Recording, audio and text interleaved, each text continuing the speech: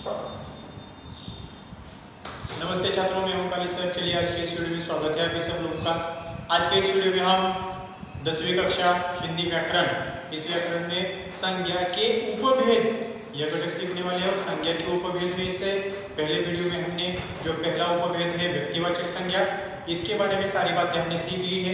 चलिए आज के इस वीडियो में हम संज्ञा का दूसरा भेद सीखने वाले हैं, जिसका नाम है जातिवाचक संज्ञा।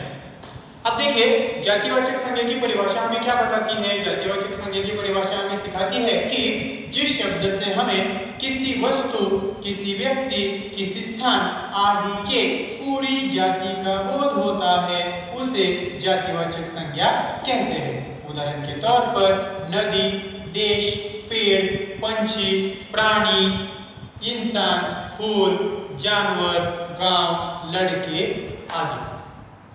अब देखिए दोस्तों, यहाँ पर हमने देखा कि जातिवाचक संज्ञा की परिभाषा हमें यह बताती है कि जिस शब्द से हमें किसी व्यक्ति, किसी वस्तु या फिर किसी स्थान की पूरी जाति का बोध होता है, मतलब किसी भी चीज की पूरी जाति का बोध कराने वाले शब्दों को कहते हैं जातिवाचक संज्ञा। किसी एक ही व्यक्ति के या फिर एक ही वस्तु का नाम दिखाने वाले शब्दों को हम कहते हैं व्यक्तिवाचक संज्ञा। विशेष नाम दिखाया जाता है व्यक्तिवाचक संज्ञा।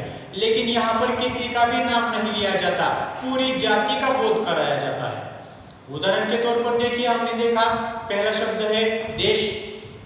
अब देखिए, अगर हम देश इस शब्द का विचार करेंगे तो देश इस संज्ञा में ढेर सारी बातें आती है। देश का मतलब है राष्ट्र, जैसे हमारा भारत है, पाकिस्तान है, उसके बाद इंग्लैंड है, अमेरिका है, जर्मनी है, जापान है, चीन है, ये सारे देश है। लेकिन जब हम देश इस शब्द का इस्तेमाल करते हैं तब हमें देश इस नाम की पूरी जाति का बोध होता है। मतलब दुनिया में जितने भी राष्ट्र है उन हर राष्ट्र के लिए इस्तेमाल किया जाने वाला शब्द है देश। मतलब देश इस शब्द के माध्यम से हमें किसी एक विशेष देश के नाम का पता बिल्कुल नहीं चलता है। देश यह शब्द सभी देशों के लिए, सभी राष्ट्रों के लिए इस्तेमाल किया जाता है। इसीलिए इस शब्द के माध्यम से हमें राष्ट्र इस संज्ञा की पूरी जाति का बोध होता है, इसलिए हम इसे कहते हैं जातिवाचक संज्ञा। दूसरा उदाहरण हमने देखा नदी। अब देखिए, हमारे भारत देश में कई तरह की अलग अलग नाम की नदियां हैं। गंगा है, जमुना है, सरस्वती है, कावेरी है, गोदावरी है, तापी है, नर्मदा है, ये सारी नदियां हैं। लेकिन सभी नदियों की परिभाषा एक ही है। जिसे हम नदी कहते हैं वे सारी बातें एक जैसी है, मतलब सभी नदियां एक जैसी होती है। दो तीर होते हैं, दो कांट होते हैं और दोनों तीरों के बीच में से पानी बहता है और जो चीज समुद्र में जाकर मिलती है उसे हम नदी कहते हैं। तो नदी यह शब्द बहने वाली पानी के पूरी जाति का बोध कराता है। इसीलिए नदी इस शब्द के माध्यम से हमें हर एक नदी के नाम की जानकारी मिलती है। केवल अगर हम नदी इस शब्द का इस्तेमाल करेंगे तो नदी शब्द के माध्यम से हमें किसी भी विशेष नदी के नाम का पता बिल्कुल नहीं चलेगा, लेकिन नदी की जाति का पता चलेगा। इसीलिए इस शब्द को कहा जाता है जातिवाचक संज्ञा। अगर मैं यहाँ पर कहूँ कि गंगा नदी बहुत बड़ी है तो गंगा यह व्यक्तिवाचक नाम है क्योंकि उस नदी को दिया हुआ विशेष नाम है। नदी यह जातिवाचक नाम है क्योंकि नदी शब्द के अंदर कई सारी नदियां आती हैं। नदी यह शब्द गंगा, जमुना, कावेरी, सरस्वती, गोदावरी आदि कई तरह की नदियों को अपने बीच में समाया लेता है, इसलिए नदी यह शब्द जातिवाचक है। नदी यह शब्द जाति का या फिर नदी की जाति का बोध कराता है। तो आप लोगों की समझ में आ चुका होगा कि जिस शब्द से हमें किसी भी वस्तु, किसी भी व्यक्ति या फिर किसी भी स्थान की पूरी जाति का बोध होता है उसे हम जातिवाचक संज्ञा कहते हैं। एक उदाहरण देखते हैं, इंसान। इंसान यह शब्द है, इंसान यह शब्द हमें मनुष्य की पूरी जाति का बोध कराता है। देखिए, चाहे लड़का हो, लड़की हो, छोटा बच्चा हो, बूढ़ा व्यक्ति हो या फिर युवा हो, तरुण हो, हर व्यक्ति को हम इंसान कहते हैं। मतलब इंसानी संज्ञा में मनुष्य की पूरी जाति आती है। छोटे बच्चे, बड़े बुजुर्ग, युवा, युवा वर्ग, लड़के लड़कियां, छात्र छात्राएं, ये सभी इंसानी संज्ञा के अंदर आते हैं। मतलब इंसानी शब्द मनुष्य की पूरी जाति का बोध कराता है। और इंसानी शब्द के अंदर अलग अलग नाम के मनुष्य छुपे हैं। रामू, श्यामू, सीता, गीता, चिंटू, पिंटू, ये सारे नाम के शब्द इंसानी शब्द के अंदर छुपे हैं। अगर इनमें से हम किसी भी एक इंसान का नाम लेंगे, राम ने दूध पिया, तो राम यह शब्द व्यक्तिवाचक संज्ञा है, विशेष नाम है।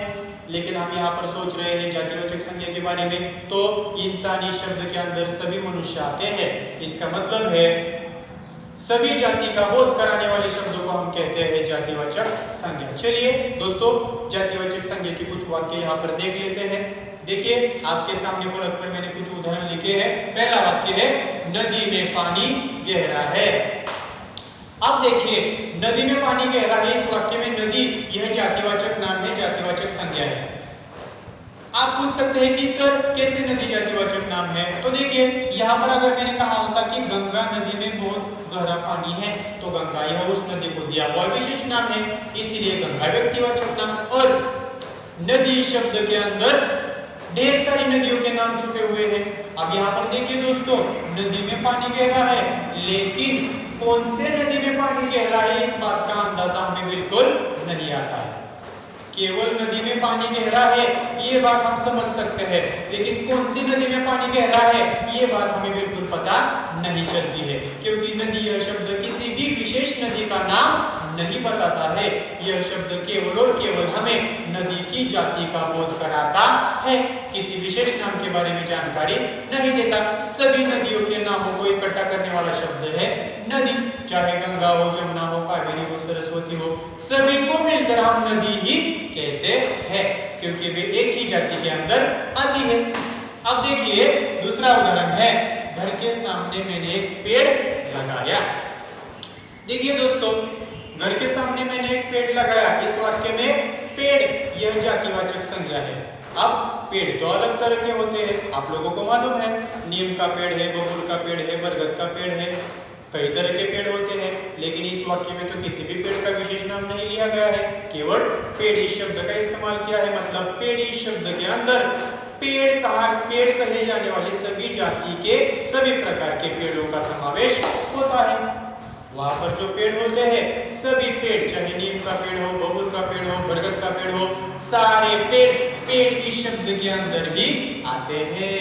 मतलब हर एक प्रकार का वृक्ष पेड़ इस जाति के अंदर आता है, इसीलिए पेड़ यह शब्द किसी भी विशेष वृक्ष का नाम नहीं बताता है, वह वृक्ष की पूरी जाति का बोध कराता है। और पेड़ इस पूरी जाति में अलग अलग प्रकार के वृक्ष इकट्ठा दिखाई देते हैं, इसलिए ऐसे शब्दों को कहा जाता है जातिवाचक संज्ञा। चलिए दोस्तों अगला उदाहरण देखते हैं। रास्ते पर कुछ इंसान खड़े थे।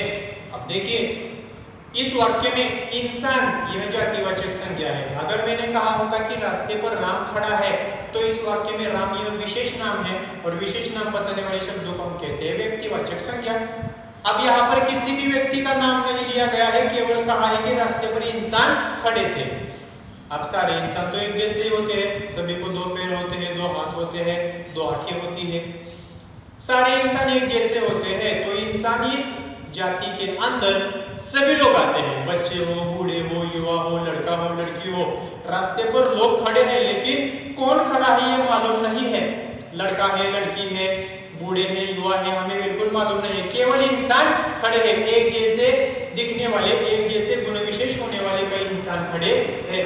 मतलब इंसान यह शब्द मनुष्य की पूरी जाति का बोध कराता है, इसलिए इंसानी शब्दों को कहा जाता है जातिवाचक संज्ञा। दोस्तों अगला उदाहरण देखिए, बगिया में बहुत सारे फूल हैं।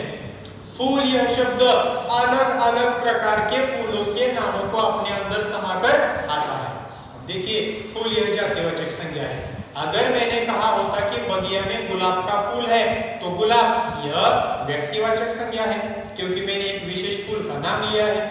लेकिन इस वाक्य में मैंने किसी भी विशेष फूल का नाम नहीं लिया है, मैंने केवल कहा है कि बगिया में बहुत सारे फूल हैं, लेकिन कौन कौन से है मालूम नहीं है। गुलाब है, या फिर कमल का फूल है, या फिर चमेली का फूल है। इनमें से किसी भी प्रकार के फूल का नाम मैंने नहीं लिया है, मतलब गुलाब, चमेली, कमल, ये अलग अलग तरीके के जो फूल होते हैं वे सारे हर एक प्रकार के फूल, पुष्प, फूल इस एक ही शब्द के अंदर आते हैं। मतलब फूल यह शब्द अलग अलग प्रकार के पुष्पों के जाति का बोध हमें कराता है, इसलिए इसे कहा जाता है जातिवाचक संज्ञा। चलिए अगला उदाहरण देखते हैं। मुझे अपने देश से प्यार है। मुझे अपने देश से प्यार है। देखिए हर देश में रहने वाला जो नागरिक होता है उस हर व्यक्ति के नागरिक के मन में अपने देश के प्रति लगाव होता है, प्रेम होता है। भारत में रहने वाले लोग कहेंगे कि मुझे अपने देश से प्यार है। अमेरिका, इंग्लैंड, जर्मनी में रहने वाले लोग कहेंगे मुझे अपने देश से प्यार है। लेकिन अगर हम कहेंगे कि मुझे अपने देश से प्यार है तो देश इस शब्द के माध्यम से हमें Bharat, America, Germany, Italy, Japan किसी भी नाम का बोध नहीं होता है। केवल देश यह शब्द राष्ट्र के सभी राष्ट्रों का बोध कराता है। देश इस संज्ञा के अंदर अलग अलग प्रकार के अलग अलग नामों के राष्ट्र छुपे हैं, इसीलिए सभी राष्ट्रों को मिलाकर एक ही शब्द इस्तेमाल किया जाता है। सभी राष्ट्रों के लिए इस्तेमाल किया जाने वाला शब्द है देश, इसीलिए देश यह शब्द राष्ट्र की पूरी जाति का बोध कराता है, इसलिए हम उसे कहते हैं जातिवाचक संज्ञा। देखिए दोस्तों यहाँ पर आखिरी उदाहरण मैंने लिखा है, कुछ लड़के खेल रहे थे। मैदान पर कुछ लड़के खेल रहे हैं। अब यहाँ पर लड़का या फिर लड़के यह कुछ जातिवाचक संज्ञा है। अगर मैंने यहाँ पर कहा होता कि राम, श्याम, गीता मैदान पर खेल रहे हैं तो राम, श्याम, गीता ये व्यक्तिवाचक संज्ञा है, क्योंकि वहां पर मैंने विशेष नाम लेकर उनका परिचय करवाया है। लेकिन इस वाक्य में तो यहाँ पर किसी का भी विशेष नाम नहीं लिया गया है। यहाँ पर केवल और केवल कहा है कि लड़के। अब देखिए लड़के तो कई सारे होते हैं, रामू है, श्यामू है, पिंटू है, चिंटू है, गणेश है, सुरेश है, आदेश है, विकास है, ये सारे लड़के हैं। लेकिन सभी लड़कों के नामों को मिलाकर या फिर अलग अलग नामों वाले, अलग अलग पहचान वाले जो छात्र है, सभी लड़के हैं, इन सभी को एक ही जाति में बांधने वाला शब्द है लड़के। चाहे कितने भी लड़के हो, कौन से भी लड़के हो, उनके गुण विशेष एक जैसे होते हैं। एक जैसे गुण विशेष होने वाली पूरी जाति को दर्शाने वाले शब्दों को हम कहते हैं जातिवाचक संज्ञा। उदाहरण के तौर पर मैंने आपको बताया देश, लड़का, लड़की, इंसान, जानवर, पंछी, प्राणी, पेड़, नदी, राष्ट्र, यह सारे शब्द उस चीज की पूरी जाति का बोध कराते हैं, इसलिए ऐसे शब्दों को कहा जाता है जातिवाचक संज्ञा। तो चलिए छात्रों आज के इस वीडियो में बस इतना ही लेते हैं। आशा करता हूँ कि आज का ये जातिवाचक संज्ञा का जो घटक है या फिर जातिवाचक संज्ञा के जो उदाहरण है, ये सारी बातें अच्छी तरीके से आप लोगों के समझ में आ चुकी होगी। आज के इस वीडियो में बस इतना ही लेते हैं। जल्द ही अगले वीडियो में समूहवाचक संज्ञा यह घटक लेकर जल्द ही आपके सामने हाजिर होगा। तब तक के लिए रुक जाते हैं। धन्यवाद।